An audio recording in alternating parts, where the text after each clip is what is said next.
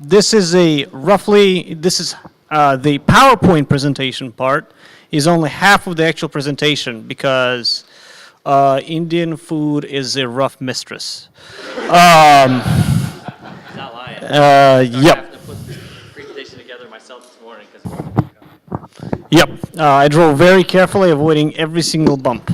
So as you might know, I like living life dangerously. It is very possible that I will have to sprint. So if that happens, someone time me, because if I'm good enough, I'll be in the Olympics. Now, my background is I'm originally from Russia. I moved to the United States for various family reasons. As far as my education goes, I have an art history degree, Asian studies certificate, philosophy degree, and ethics, peace, and global affairs master's too. I primarily research philosophy and aesthetics in my personal time, as well as that's what I did in the university, apart from ethics, because everybody for some reason is interested in that. It's very weird. Now, all right. Even better. So, for some reason, people are interested in that. Now, when looking at arms and armor, my interest is actually very rarely what kind of damage do they do, what kind of bullet impact they will withstand, because that is actually a very, very boring question. A sharpened aluminum ruler cuts just as well as a nice sword against a tatami mat. Human beings are very squishy. The hardest part is our teeth, and our teeth are softer than iron. You don't need much. So the question of practicality, how practical is X, Y, or Z, is a very modern question, and I will show you why in the presentation. Now, the original impetus for this presentation has happened about several years ago. So, and it actually happened in relation to the culture of video games, anime, especially game designers, and the aesthetics of the media. So, usually when you see arms and armor in video games and pop culture, it looks somewhat like that. Boom. Right? That's about right. Right? It says exactly what it is. So if the artist is in the audience, I bravely and absolutely honestly stole your stuff. That's what I do. I don't think culture has borders, and I don't think cultural abstract concepts have an owner. That's how art has progressed for thousands of years. That is actually how it progressed since before the time of language. We have evidence of people appreciating art before we have evidence of language, spoken or otherwise. So, consequently, people have been stealing the other person's design for a long, long time, and that is the only reason why we have all of this. Now, yes, this is what you generally see in video games, anime, so on and so forth, right? Yes, it's what a PG stripper would wear. That's about right. Now, however, what the particular point is this article. Why boob plate will actually kill you from IO9. I think IO9 and BuzzFeed was one of the original ones.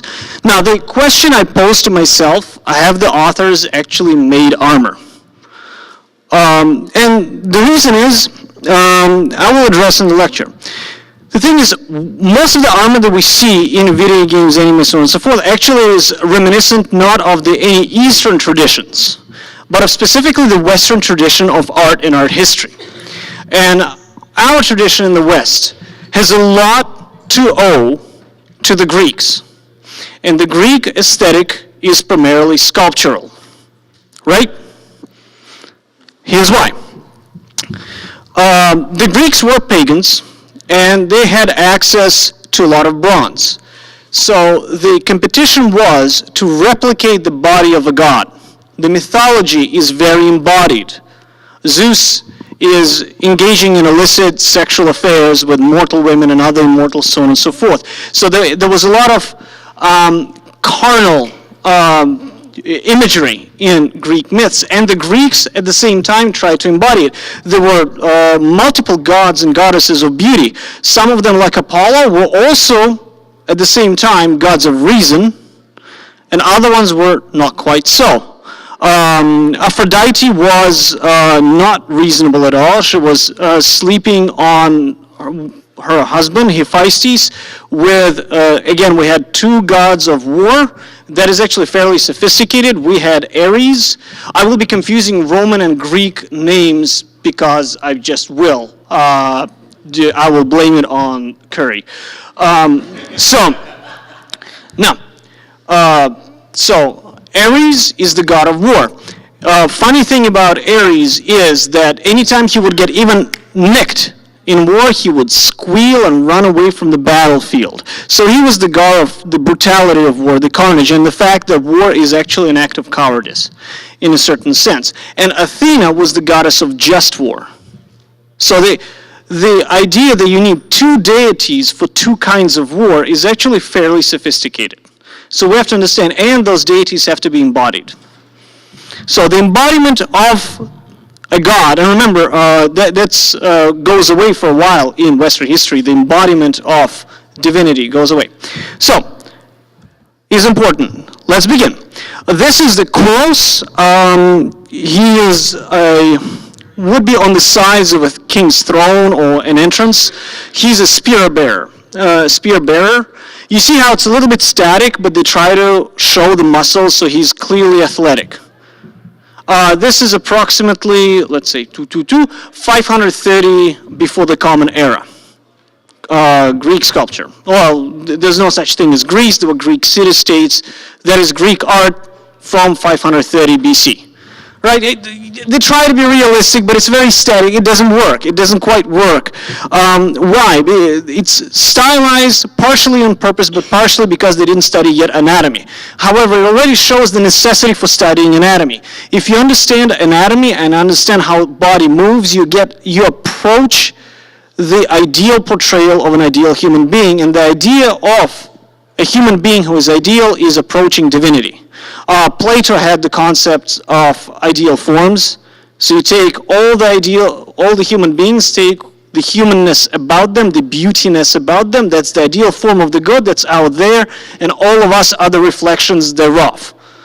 There are philosophical problems with that Aristotle points out, but we're not dealing with Aristotle at the moment. So, only 100 years later, only 100 years later, this is the Doryphus. Yeah, it's about 100 years. It's 450 because it's before the Common Era, so you count backwards for people who don't know. You see the contrapposti starting to emerge, and the muscles are much more researched. It's a little bit stylized too. You have to understand, first of all, that this is a Roman copy of the original bronze. The bronze has been lost.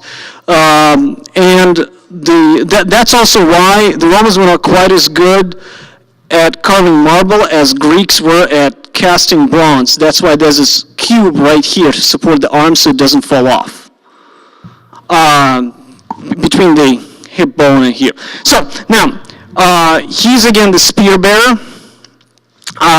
There was supposed to be a spear in the hand. The spear is obviously lost. Just stick a shovel in there, whatever. Like, to complete the image, he's supposed to be a beautiful youth, and he's naked.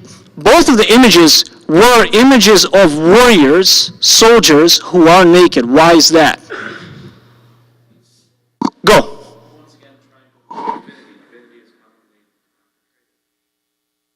Correct. They're, in a sense, immortal, so they don't need the protection. The other point is, why would the divinity also be naked? Well, it has a lot to do with the sexual gaze. By the way, if anybody's offended by classical sculpture that shows wieners, too bad. I mean, really, just too bad. So, the idea was that the body is sexual as well as intellectual at the same time. For the Greeks, the ethical problem was never how to abstain from this or that. No, it's how to balance it. It's not that you get accused of being a lecher for lusting after a lot of people. It's you get accused for doing it too much or not enough. So that was the philosophical problem, the golden middle. Now, the idea was that the bodies of soldiers were also sexual objects to be viewed as such. They were objects of a certain kind of art. They were symbols of virility. Now, how do we know that? And it has a lot to do with the female gaze too, if people are interested in those topics. Does anybody know that a Greek Olympic event where you run naked with arms and armor? Well, actually, with a weapon and a shield. Does everybody know about it? So men would dress down, oil themselves up, and run naked on a beach or on sand with a heavy shield and a spear. I think it is a spear. If it's not, oh well. Now, women were prohibited from attending that event under the penalty, I believe it's of death or a strong injury. However, women still did attend that. Why? We still have graffiti on the walls of Athens where women comment on the beautiful appearance of a particular soldier that everybody liked. So they were even subculture fan favorites. And the Monty Python Life of Brian scene where the people were selling beards, like, oh, go to the store. Basically, that stuff did actually happen in Greece, specifically. We have records of it on walls. It is hilarious. Now, the only reason why women would be prohibited from attending that event, besides the stated theological reasons, although those are not distinct from the basic human reasons, is that you don't want women to flood the bleachers. Get too excited, I'm sorry. And because it's indecent. And the only reason why you need to prohibit it is because women would do it. So any prohibition means the people actually doing the thing. So the warriors were always viewed as sexual objects. Now, in the article, I actually had an argument with the person I went to school with. Her argument was that boob armor, apropos of the original topic, would be to point out something that is very unnecessary about the appearance of a person inside the armor. After all, the only thing that's important about them is the way they fight. Well, soldiers fight en masse, and these guys are naked. Well, boob armor is just stupid, and like no real person would actually wear it, I think. Well, this is Greek armor, right? Right, this was actually used. The point was, warriors were considered objects of sexual desire, of erotic fantasy, of mythology. And gods, in a sense, were those warriors. And those warriors were gods. This armor is bronze. When you polish bronze, it looks exactly like gold. So imagine an army of 1,000 people, 100,000 people, 20,000. Doesn't matter. You have a lot of people, all in polished armor, descending upon you. The sun is glistening off the golden bodies. That is impressive, and it is terrifying. And it is terrifying in part because it manages to be impressive. The records of Mount Vesuvius and Mount Helena exploding state this exact aesthetic experience, that people could not run away from the explosion of the mountain because it was too beautiful, and that's someone had to carry them off. I believe the people who would be invading the Greek city-states would have had a similar experience. A river of gold is ascending. Now, part of it is, okay, well, you know, that this is a cuirass. It kind of replicates the body, so it's kind of more comfortable. So this is still practical. The real problem is the fantasy armor, what it does, it essentially, well, it kind of accents the thing that is unnecessary about a person's appearance. It would be like a helmet for a guy that also has a giant beard. Well, I don't know. Let's see. This is probably a pair to the previous one. And this is actually a recurring motif. See, the beard in Greek culture for a long time signaled that you can afford to take care of it, and it's a sign of virility, because if your hair doesn't fall out, if you can grow a full mane, means you're healthy and you're sexy and you probably by now already own a lot of property, so that's good. That's good, and it will be golden too. So you look like Zeus. You look like a god. Okay, well, all right. Why do we have a problem with this, and why don't we interpret things like that anymore or as much? The first narrative comes from the consequences of the Dark Ages. Who knows what the Dark Ages are? A random person who raised your hand, could you stand up and tell me shortly or briefly what you know what the Dark Ages are? Random one. Between the collapse of the Roman Empire and the establishment of the Holy Roman Empire, where organized government largely fell apart in Western Europe. Okay, so well, that's not entirely true, but that seems to be the popular understanding. The Roman Empire never collapsed. It kind of moved to the east because Byzantium lasted well into the, 1400s? And Byzantium is Rome. What? Yeah, that's about right. Well, there's a cultural shift, but still. However, the Dark Ages, it wasn't dark. The Dark Ages are kind of a outmoded way of understanding history. It isn't so in art, because after the Great Depression for the Roman Empire, let's call it that, artists stopped signing their stuff, so we have much fewer signed works by artists. At the same time, literacy rates plummet, so we have much poorer educated artists. And a lot of art that is producing the human form has been lost. Why? Because in the beginning of Christianity, there was a movement called the iconoclasts. And they were exactly what the name suggests. Destroy all icons, all of these things are graven images, destroy them, they're pagan. Boom, you have entire monuments being defaced because, and it's old, it's, when was that? Who remembers when iconoclasts were? You were nodding.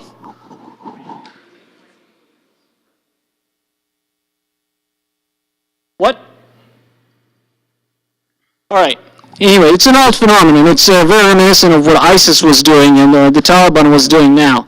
Now, because of that, artists who were producing art for the church did a sneaky thing. Have you seen Russian Orthodox icons or Greek Orthodox icons? Looks kind of like that.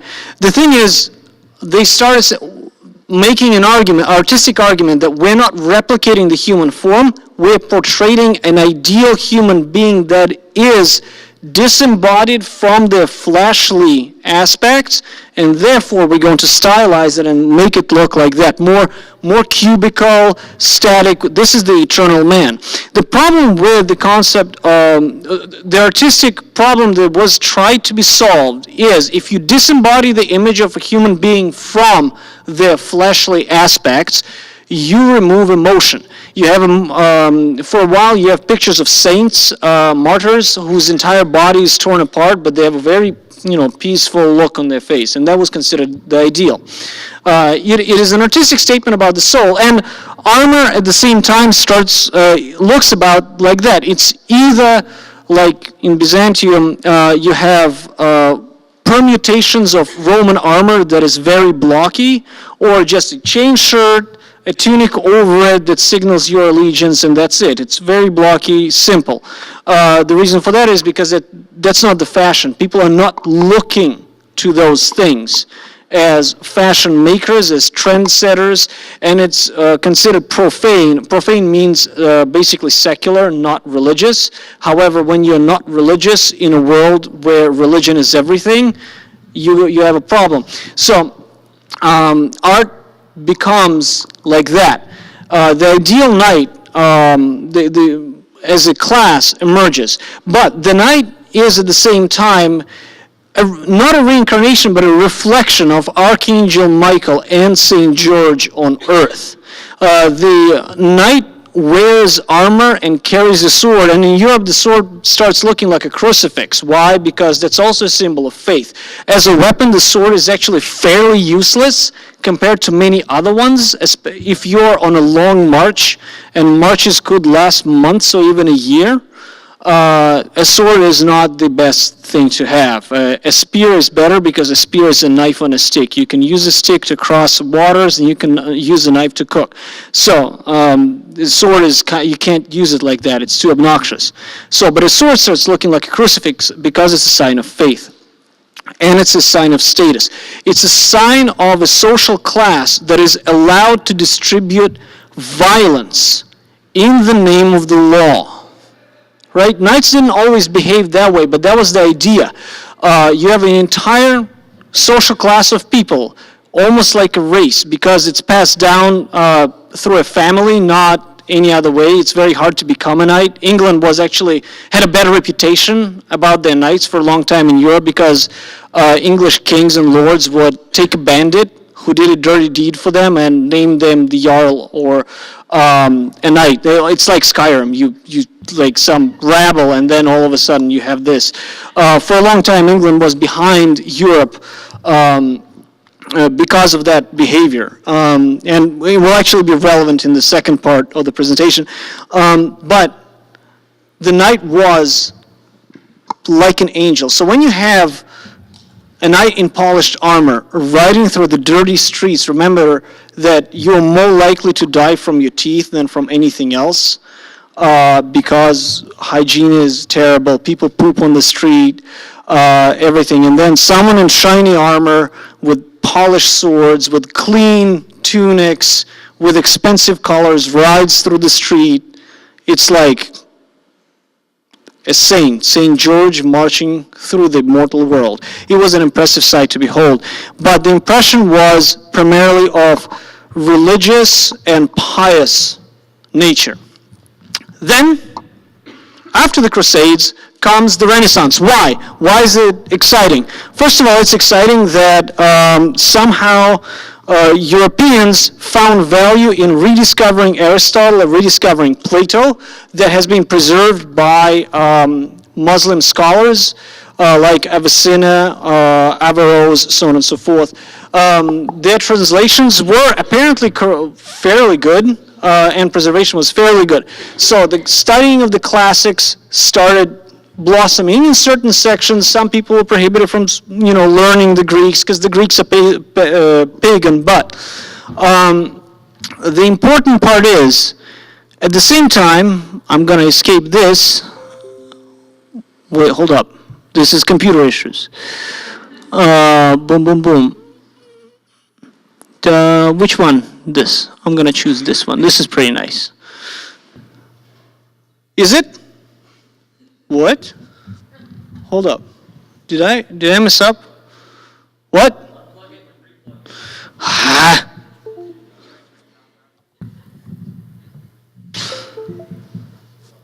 Is it?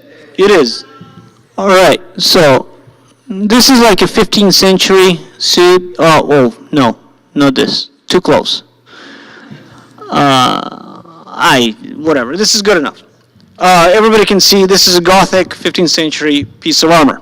Now, before I start talking about this, so you have the Pope as well as the upper classes of Europe studying the classics and actually finding, after a while, you build buildings and you find older buildings underneath. If you've ever been to Rome, it's fantastic. A medieval building looks like, will look from the side as if a Roman building is melted into it. So people for a while have been digging up these sculptures and kind of, because there's no use for them, destroying them or hiding them away. But as the classics were introduced back from the Islamic world, people started valuing them. And this is a very brief explanation of how it happened. It's more complicated than that. Now, and the Pope started paying people to excavate, find me more of these sculptures, let's see, and hoarding them. And people started producing them. And all of a sudden, art started changing. Giotto started showing emotions and icons. It was a big thing in art. It was a big thing, showing human emotions. and showing Adam and Eve actually not being idealized, but showing them in terror of being evicted from Eden, that was revolutionary then. Now, at the same time as this high art is happening, the troubadour culture started emerging. And who are the troubadours? Who raised their hands? I took off my glasses so I can't see. Go. Yes. And what were they playing?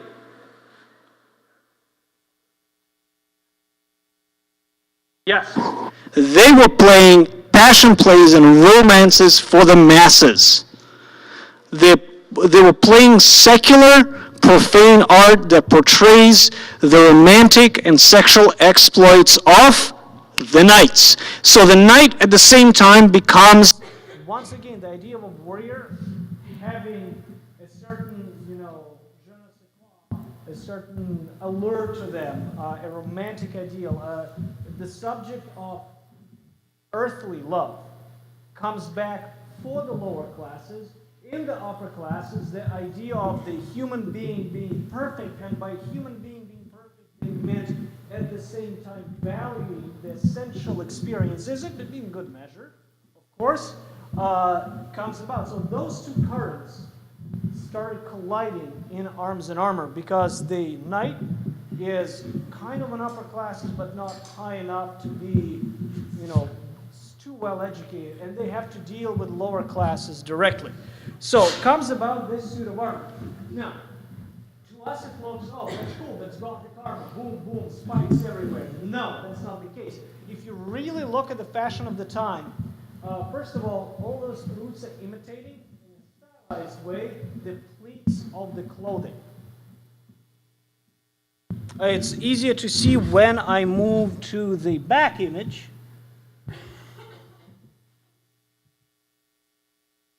Yeah, bigger. Yeah, you see this fluting in the back? Yeah, it's exactly when you wear a jupon and you pleat it like that, it tightens up in the back. So this is stylized. Now, the other thing you might want to notice is that hourglass body. It's very hourglass. The waist is tiny. There's a quote-unquote practical reason for that, because if you let your armor sit on your hips.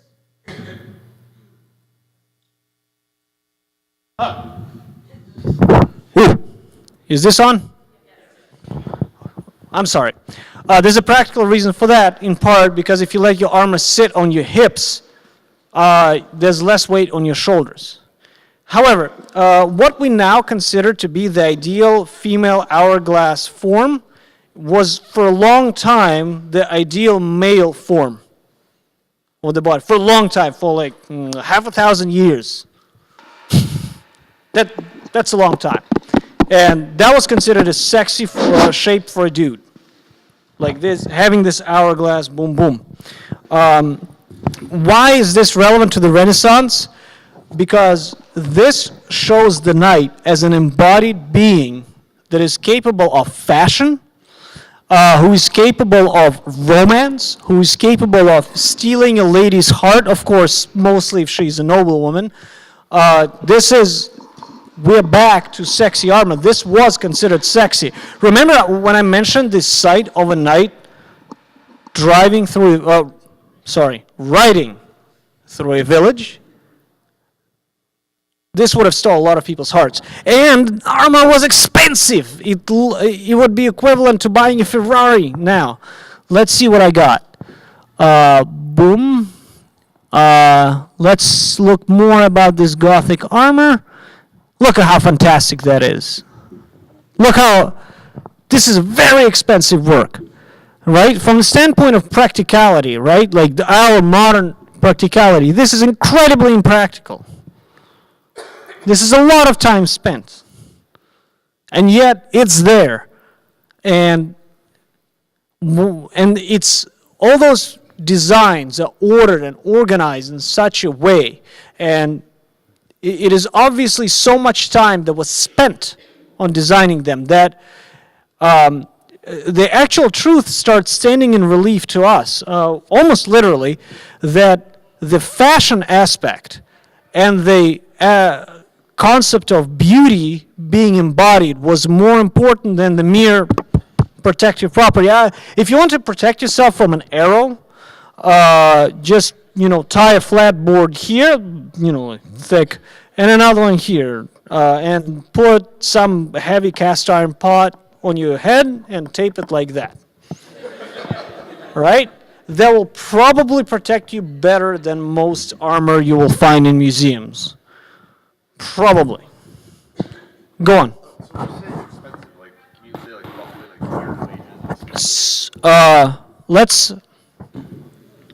So in war,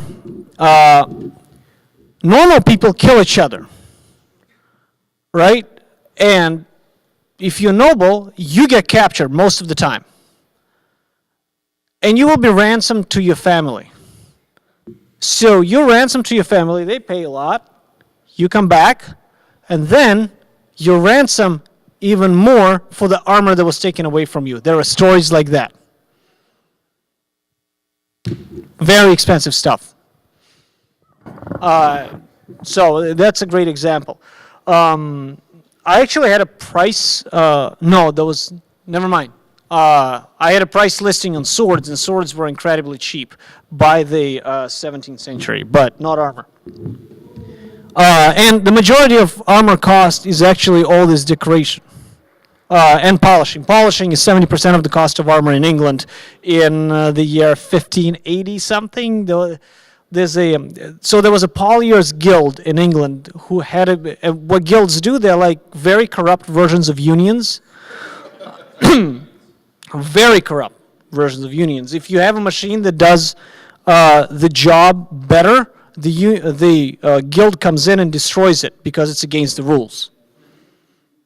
If you set your prices too low, the guild comes, tars and feathers you because it's against the rules. So they dictate how you work.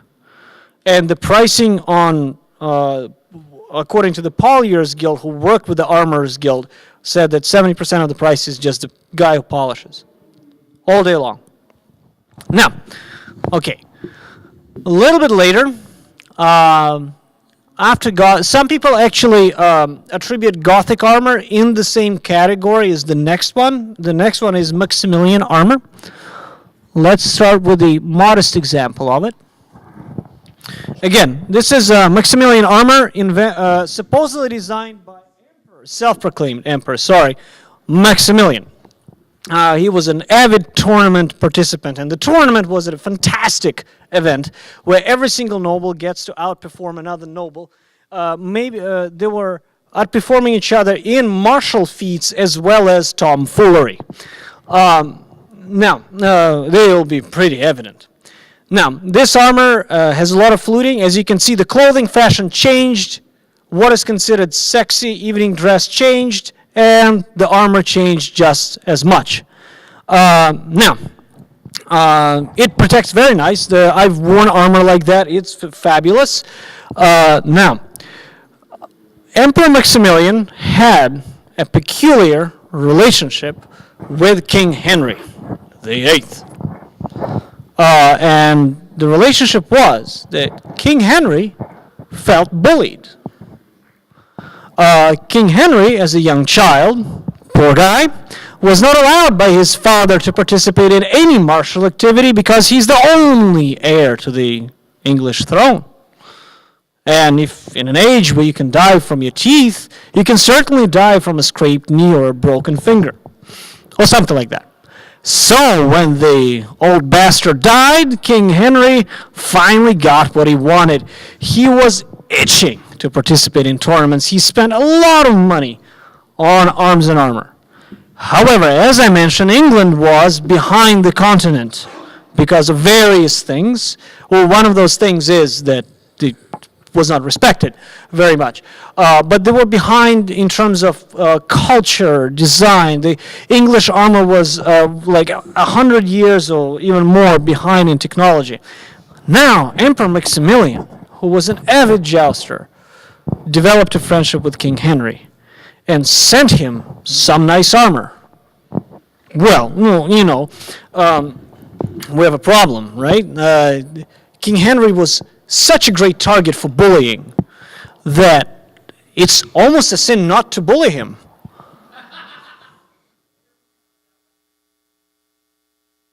Well, I only follow my true nature by outlining other people's true nature. Now, so this was an armor. This is the only thing that remains of this collection, this helmet and a couple other parts. The armor probably exists somewhere, but we can't really assemble it together. So this is the gift for King Henry. It's called a grotesque helmet because it's ugly. The word grotesque means ugly. Now, at the same time, King Henry receives this gift, and he realizes what's depicted. What is depicted is, in fact, Emperor Maximilian in caricature form. So this is the face of Emperor Maximilian with his hook nose, buck teeth. You can see some of the teeth are missing, a stubble. The glasses indicate that he has really crappy eyesight. I'm not sure what the horns indicate. It was probably an inside joke. So King Henry receives the most advanced and expensive suit of armor in his entire country. And he wants to wear it to a tournament on the continent to show, like, well, I'm not that behind. But that armor is the caricature of Emperor Maximilian who's holding the event. That was the important, but that's the entire reason this piece of armor was made, for that level of embarrassment. In fact, things like that too, a less colorful degree, were a big problem for tournaments. To the point that the rules for heraldry and armor for tournaments introduced the following. Only people of certain level of nobility, royal blood, can have any gold on it. Only people of certain rank can have any purple or silver decoration, what have you. Why did that happen? Because armor started being used as a tool of war in a different manner. Knights who ended up being way wealthier than some kings started making the kings feel really bad in front of other kings. And if you know anything about international diplomacy, if you as a leader of your country are shown to be disrespected by other countries, you feel bad and your status falls. And there are even economic consequences to that. So the appearance of armor becomes more important than its defensive function. It is primarily true that it's usually dudes who are fighting in armor, with rare exceptions. I'm not even going to go into exceptions because they're not statistically significant enough to produce a fashion change in the armor itself. And that's the only thing I care about, extant artifacts. It would be a topic of another presentation, for example, the Balkan tradition of sworn men, which is women who basically start identifying as men in order to fulfill a social oath. It's a very interesting tradition. Now, this becomes more important than the defensive function. If, on the other hand, you were to imagine, because what is sexy on one body is not necessarily sexy on another one. If you've been buying shoes, dresses, suits, anything, you really understand that. So if it would have been the case that women would have been wearing armor, it would have looked closer to the original fantasy image than we think. Why? Because showing to your enemy that you are not only wealthier than them, that not only your armor is more sophisticated technologically, but you're also hotter, meaning you're signaling that their wife will have a better time with you. In the case if you would reverse the gender as if their husband would be better with you, the armor would look actually closer to the original fantasy image, because that's the primary function of expensive armor. It's the poor people that actually die for you. So if you look at it statistically speaking, there's a funny phenomenon that armor that is quote-unquote practical by modern times results in greater rate of death than the armor that's quote-unquote impractical, because the intervening variable is social class. However, in the social classes, it pays for everything anyway. Let's take a look more at the Maximilian helmet. Where is it? I took off my glasses, so I can't see. A little bit more buck teeth. I mean, this is pretty ugly, right? Okay, so now, as the Italians get their finger in that pie, you start having artists that, first of all, are renowned throughout Europe. At the same time, in the 16th century, the troubadour culture finally reached the upper echelons of power. The story of Romanzo, which is a fictionalized portrayal of the Crusades, starts being popular. Within that story, you have Romanzo. It's not very well written. It's disjointed, anything, but it's very, very popular. He's fighting a Saracen, the Moor king, who is clad in dragon skin, and his breathes fire, like really terrible, very, very modern actually looking image of someone. And people started ordering armor like that for tournaments, because they want, first of all, tournaments are kind of like cosplay, so you replicate a fictional or a real battle. That's the scenario, because it's more fun, and it's a great way to show your wealth. So you have Filippo Nigroli. Oh, I closed something. Okay, this is straight from the novel. This is a work by Filippo Nigroli, one of the most famous armorers in the world, if you're into armor. Wow, that's very impractical. To spend, there's more work to making it look like that than making it protective. It works, and it looks like fantasy, because it was fantasy at the time, and it looks like fantasy now, yet this is an existing piece. Another one, this is a final, not the final, funny comeback again, Filippo Nigroli. Remember the helmet we saw earlier? Right, that's, again, beards are so unnecessary. Now, and I have another one, maybe.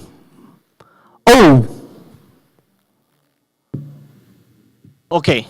Can someone recognize from the style who the original artist of this was? I know you can read on top, just don't. Go. Who? No. But you know an artist. Who? I can't see, so just do it. Yes, the original artist was Da Vinci. This is a famous battle. If you look closer, the helmets all look like seashells and horns and everything. This is, though, a copy of it by Rubens. Another famous guy, very famous. I assure you. If you don't know his name, you should. If you have $2, $3, $4 million to spend on a painting this big, you're making a great investment. I shit you not, because there will be no more Rubenses, no more Da Vincis, no more Caravaggios. There will always be more Apple stocks. So if you buy it, it will only go up in price if you know how to keep it and where to keep it. Okay, so now what happens is around that time the armorers started corresponding with artists of very high social rank, like Leonardo da Vinci. And this is actually pretty phenomenal, because all those so the art world is complicated. Painting was considered the highest art out of the visual art. Unfairly so. Michelangelo had a big chip on his shoulder because of it. That's a double entendre, because he's a sculptor and you chip away. Yeah. No one gets it.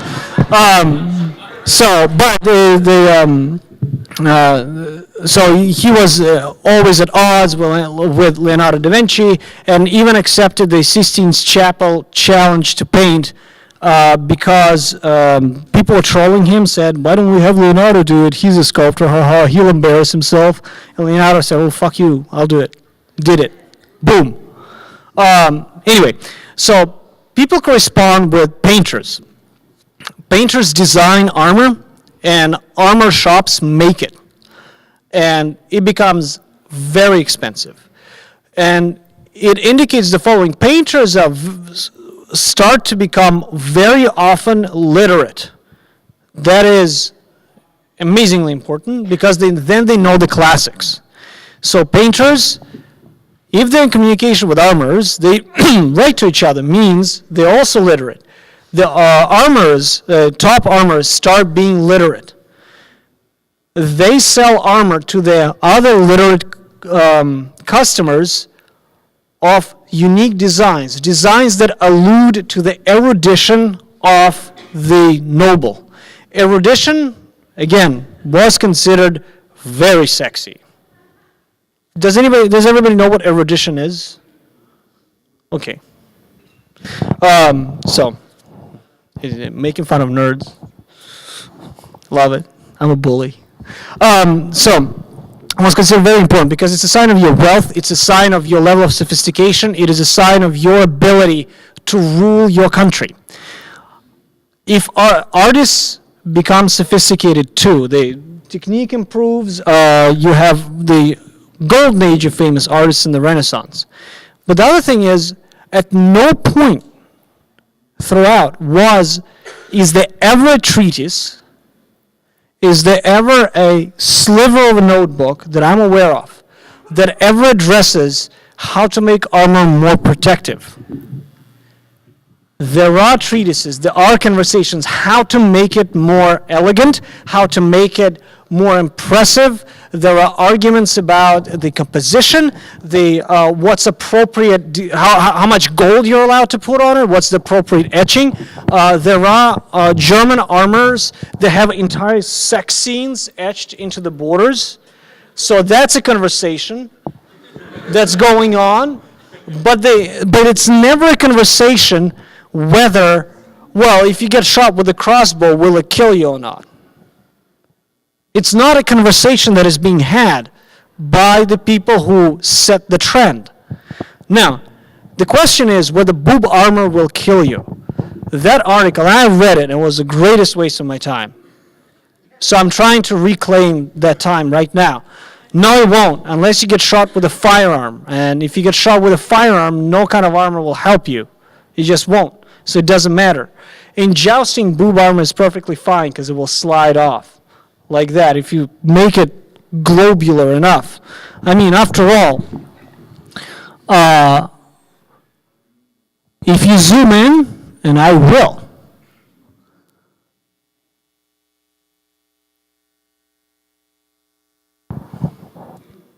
suka, блядь. I have a mouse here. I don't understand why I'm doing this. See this little guy right here? This waistline ends right around where the sports bra will end. That's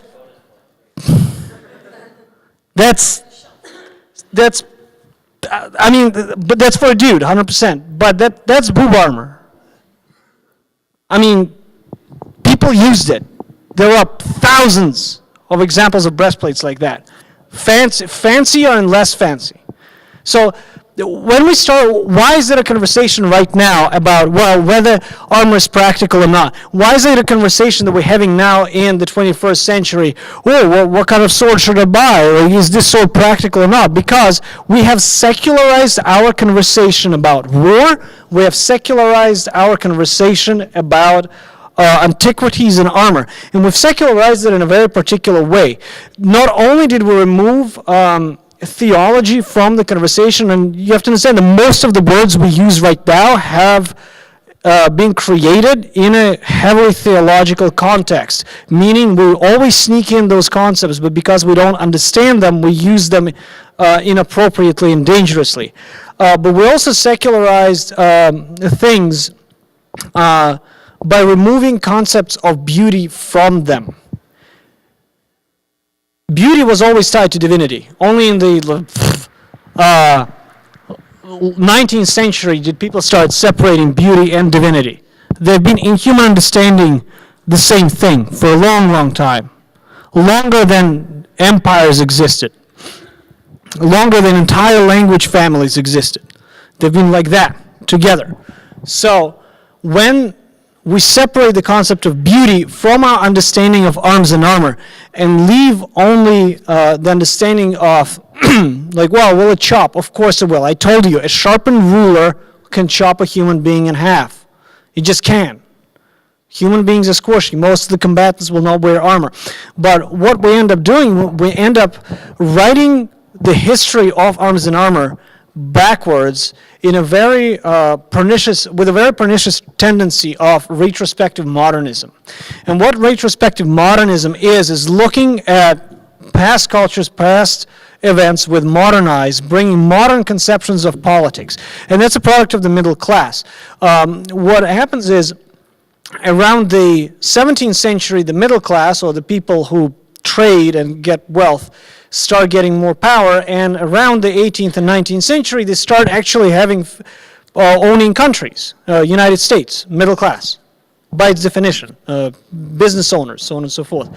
It's a product of the democratic way of life. And the middle class is pathologically political, because the only thing it cares about is where does the money come from and who is trying to take it from me, which is the foundation of politics. It's the foundation of our justice system. There are more laws regulating property than anything else. You can boil down every single law to property issues. Every single one of them. Now, what happens is the middle class stops understanding art. It always tried. It always spends a lot of money on art, but it doesn't have the history of understanding it as a class. And the nobility had it, because that's what you do as nobility. You lead armies, the armies die for you and win, and you collect art. That's what nobility used to be. And the poor people are always poor, and they're always screwed over. That's how things are.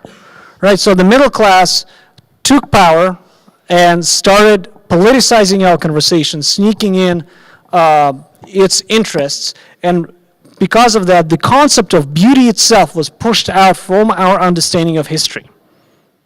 Because it's not important. What's important is how many people died, how many people paid for that, how much resources were spent here and there, so on and so forth. And we start buying artifacts, and when we replicate swords, we start thinking about them, oh, I would love to see cut. Like, it cuts the same as the other one. It really does. It's just bigger. Yeah, but this one, you can cut through 5 tatami mats. Yeah. Yeah, you can. Yeah, but I just want to see if it's, practical. Well, a practical application of a sword is on other human beings, and I sure hope you're not buying a practical sword. We have institutions for people like that. We really do. Right?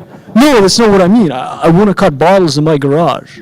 Like, well, can I recommend a nice $20 Chinese knockoff? Right? So the conversation about practicality excludes the intrinsic value of the piece as a work of art, as a product of design, as a result of years of training to be an artist in this specific medium. The medium is, let's say, sword making. It's actually not like that in Japan. Swords are considered works of art there, and every single sword made in Japan has to be made traditional way, right? Same thing with armor. Battle ready helmet, medieval knight, Vikings. Those are the eBay searches for the same thing that looks like trash, right? No, the way we have to understand arms and armor as a microcosm of intellectual, religious, aesthetic, as well as political conversations that were going on around the time when that piece was created, out of which how many arrows it can defend you from was the one that was even not recorded.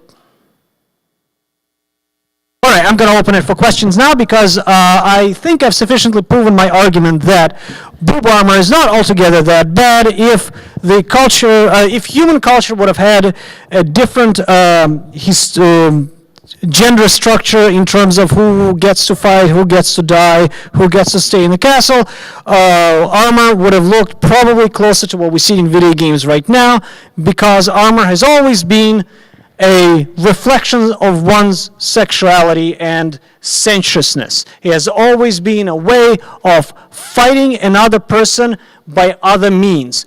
If you've seen the movie Mean Girls, medieval knights were just like that.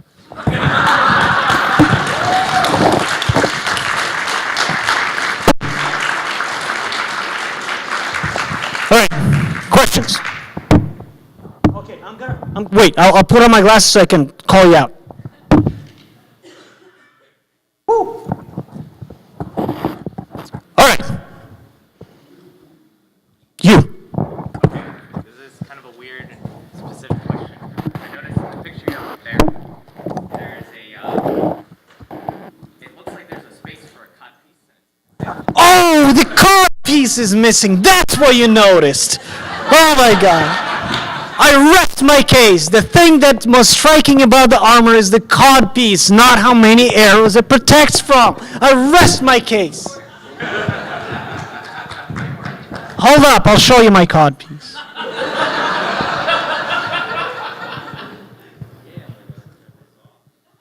It's not here. No, I had it. There's my card piece. It's gonna be a little bit on the modest side. There you go. There you go. That's the cod piece. Yeah, that's entirely unnecessary. Of course, the anatomical property, it's clearly to show one's virility that you have it standing up even when you fight other people or try to arrest them. That's clearly designed to be a sexual thing. I mean, you can't say otherwise. You can say, oh, it replicates the fashion because people had their purses here, right there. Like, yeah, but why did they have the stupid cod pieces and like cotton there? You just delayed the argument one step. You have not provided sufficient changes to the very structure of it. There's the cod piece, just for you. Next. Over on the relation with the conversation about practicality and labeling certain, especially weapons, but it probably applies to some armor, labeling them as like using that word specifically to describe like things that are seen as like probably more used like rails or really large swords or axes. Suka. All right. Right, hold up. I just don't want you to see earlier than necessary. Hold up. Where is it? I have it. I 100% have it. It's, is that it? Yeah, this is it. Oh, bitch. Yeah, bitch. Motherfucker, I got it. Yeah. This before you is the image of arguably the most important sword in Western history. In fact, it's no longer arguably. It is the sword Juif of King Charlemagne, to whom you have to trace your bloodline if you are claiming that you're royalty. If your bloodline does not go to Charlemagne, you're a peasant. Simple as that in Europe. That is the ceremonial sword right now of French kings. Every single French king has been crowned by it. Ceremonial only means that it was used in ceremonies. Right? Yeah, the most important sword in actually world history. Started, the Europe the way it is now has been formed by this sword. And the world, colonies, everything. Now, it is a ceremonial sword. It was used in war. If this is the original Juif, then it was used in war. It is fairly simple once you remove the gold from it. Very primitive. However, the question you asked was, let's look at axes that were obviously giant. They were obviously too big to use, like a giant Japanese nodachi that's 18 feet Wrong. Well, a lot of these weapons have a religious purpose, especially when we deal with Japan. Because the weapon culture there is much more tied to viewing the object as alive than what we have here. However, you still need to project power. If you project power, you don't have to actually fight. Ceremonial weapons project and enunciate power. So, when the king is dead and the new king is crowned, there's always a ceremonial weapon. And that weapon decides more lives than any sword a soldier ever carried. In that sense, it is more practical to have a ceremonial weapon. Why is it the case that you need a ritual? The reason why religions exist as religions, and the reason why ritual exists as ritual, is because human beings are mortal, sometimes very much so. And in order to carry one's own culture to the next generation, in order to extend one's own presence in this world to the next generation, you need something that is viewed by society as somewhat eternal, and that is the participation in the ritual. If you're participating in a ritual which your grandfather participated in, and their grandfather, and so on and so forth, there's something unchangeable and permanent in the world, and it makes you live easier. And that's why peasants and common folk attended these high-class ceremonies, like annunciation of a new king. Crowning ceremonies sometimes would be held in public. Why there's white smoke above the Vatican? Why do these big things that invite the whole cross-section of society exist, and they're very pompous, is because there's a practical necessity for a culture to exist in time across several human lives, and that is ritual. Oh, as far as European swords, most of them were not actually as hard by modern standards and would bend. They were not quite very good swords. So the ceremonial one would probably have performed just as badly in a modern test as a non-ceremonial one. Next. Like boob armor scenario, there's like a lot of exposed flesh. Like looking at the first image.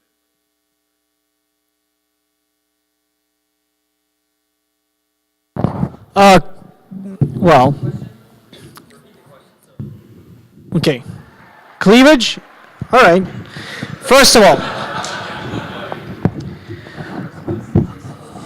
exposed flesh.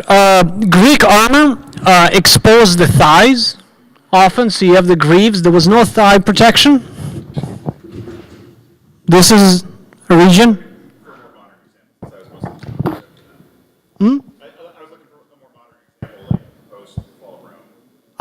Okay. Now we have to go to tournament rules for that. And tournament rules specifically say that for foot combat, between two opponents, they negotiate how much armor they're willing to wear. And often enough, and I think King Henry did that once, he exposed some of his body parts, I'm pretty sure they were not too indecent, for tomfoolery.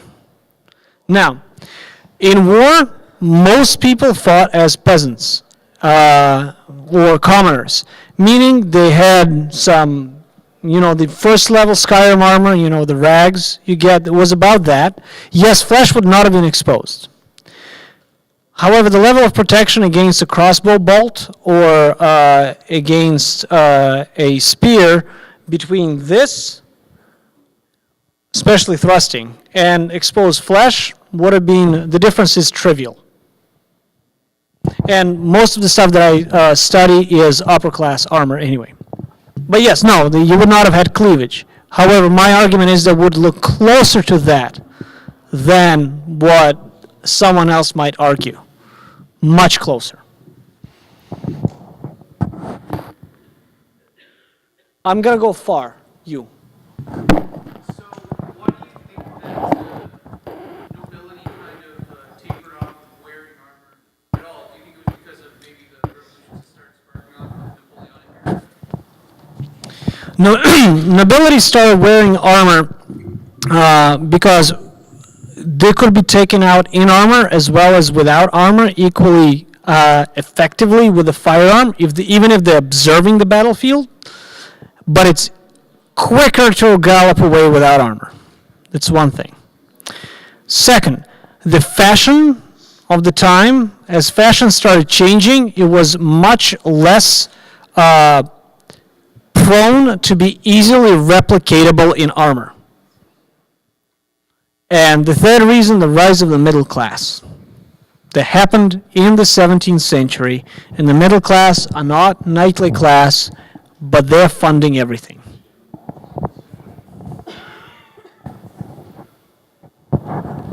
Yeah? I have 5 more minutes, so I'm going to tell you, this is the blitz round. Question? So, short version, you said that like rise of the middle class, this idea of identity and beauty, like associated. Can you explain roughly why that? It is way too complicated.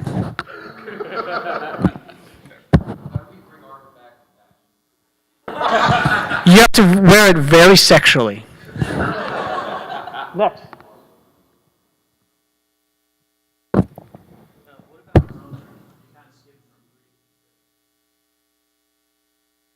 The reason why I did that is because I have didn't focus my expertise into Roman armor, and the Roman armor that actually was upper class Roman armor was basically copying Greek and improving on it. Next.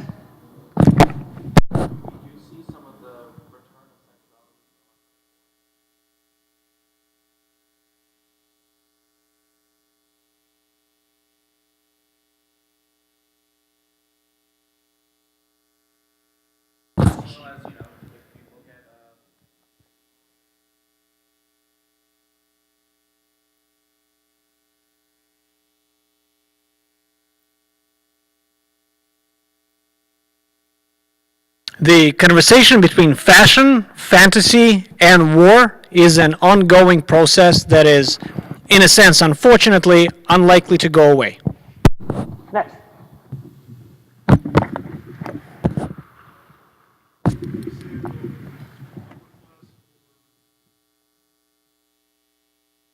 Could you repeat that?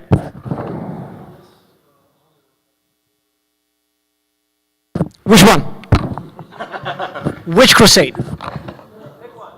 The 1095 crusade, where the Pope said, I will meet you all at the gates of Jerusalem in 1 year. It was the ideal man, chain shirt if you're lucky, and tunic, and either what is called a bucket helm or a chapelle de fer that looks like, you know, a rabbi hat, or it was very simple. That is before the Renaissance. Next.